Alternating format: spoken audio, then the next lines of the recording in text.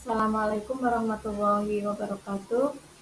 Pada pembelajaran hari ini kita akan membahas materi bab 4 yaitu menghindari akhlak mazmumah dalam perilaku sehari-hari.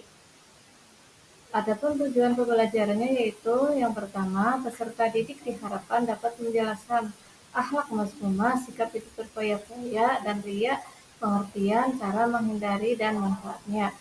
Yang kedua, peserta didik mampu menganalisis akhlak mazmumah, sikap hidup berfoya-foya, dan riya, pengertian, cara menghindari dan manfaatnya. Yang ketiga, peserta didik mampu menganalisis akhlak mazmumah, sikap hidup berfoya-foya, dan riya, pengertian, cara menghindari dan manfaatnya. Yang keempat, peserta didik mampu membiasakan untuk menghindari akhlak mazmumah, sikap hidup berfoya-foya, dan riya, pengertian, cara menghindari dan manfaatnya. Yang kelima, peserta didik dapat membuat karya yang mengandung konten semanfaat menghindari akhlak mazmumah, sikap hidup berfoya-foya, dan riya. A. Berfoya-foya. Pengertian foya-foya yaitu sikap hidup menghambur-hamburkan uang secara berlebihan dengan tujuan bersenang-senang dan minim manfaat. Adapun dalil larangan yang menjelaskan tentang sikap berfoya-foya dijelaskan dalam surat Al-Isra ayat 27 yang berbunyi A'udzubillahi minasyaitonirrajim. Bismillahirrahmanirrahim. Innal mubadzirina kanu ikhwanasy syayatin wa kana syaitanu lirabbihi kafura. Yang artinya, sesungguhnya orang-orang yang pemboros itu adalah saudara setan, dan setan itu sangat ingkar kepada Allah. Cara menghindari sikap hidup berfoya-foya yang pertama, selalu bersyukur atas nikmat Allah. Yang kedua, selektif memilih teman. Yang ketiga, jalani hidup dengan sederhana.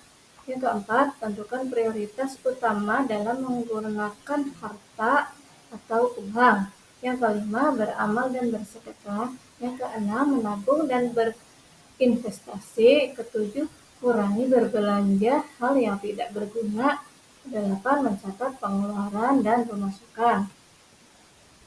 Manfaat menghindari sikap hidup berfoya-foya. Yang pertama, tidak terpengaruh bujuk rayu setan. Yang kedua, terhindar dari sikap hidup miskin. Ketiga, terbiasa memenuhi kebutuhan dan menjauhkan keinginan. Keempat, terbiasa menerapkan skala prioritas. Kelima, disukai Allah dan Rasul. Dan keenam, disukai oleh orang lain. B. Riya. Pengertian riya secara istilah itu sikap memperlihatkan amal ibadah tertentu kepada selain Allah dengan tujuan agar mendapat pujian. Dalil larangan bersikap riya dijelaskan dalam surat Al-Baqarah ayat 264.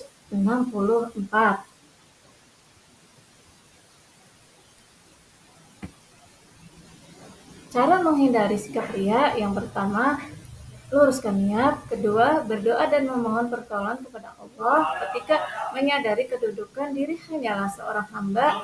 Keempat, berusaha mengendalikan hati. Kelima, memperbanyak bersyukur. Keenam, terus-menerus mengingat Allah. Ketujuh, sembunyikan amal kebaikan. Kedelapan, belajar ikhlas. 9, mengingat kematian. 10, menggiatkan ibadah. 11, menyadari Allah selalu mengawasi. 12, mengingat bahaya riya. Manfaat menjauhi sikap riya yang pertama, ikhlas atas amal yang dilakukan. Kedua, makin meyakini bahwa beramal hanya untuk Allah. Ketiga, menjadikan amal ibadah bermanfaat untuk diri sendiri dan orang lain. 4, terjauhkan dari ancaman syirik kecil. Kelima, menjauhkan dari semua amal ibadah yang bersifat sia-sia. 6, dicintai oleh Allah, Rasul, dan manusia. Kesimpulan, Allah adalah satu-satunya zat yang mengatur hidup manusia. Bentuk pengaturan bagi manusia adalah perilaku baik dilakukan dan perilaku buruk ditinggalkan. Setiap perilaku manusia pasti memiliki balasannya. Hidup dengan sikap foya-foya, ria, akhlak mazmumah lainnya pasti akan mendapatkan mudarat. Oleh karena itu, sangat penting bagi manusia menjauhkan sikap-sikap tersebut. Terima kasih. Demikian, semoga bermanfaat. Wassalamualaikum warahmatullahi wabarakatuh.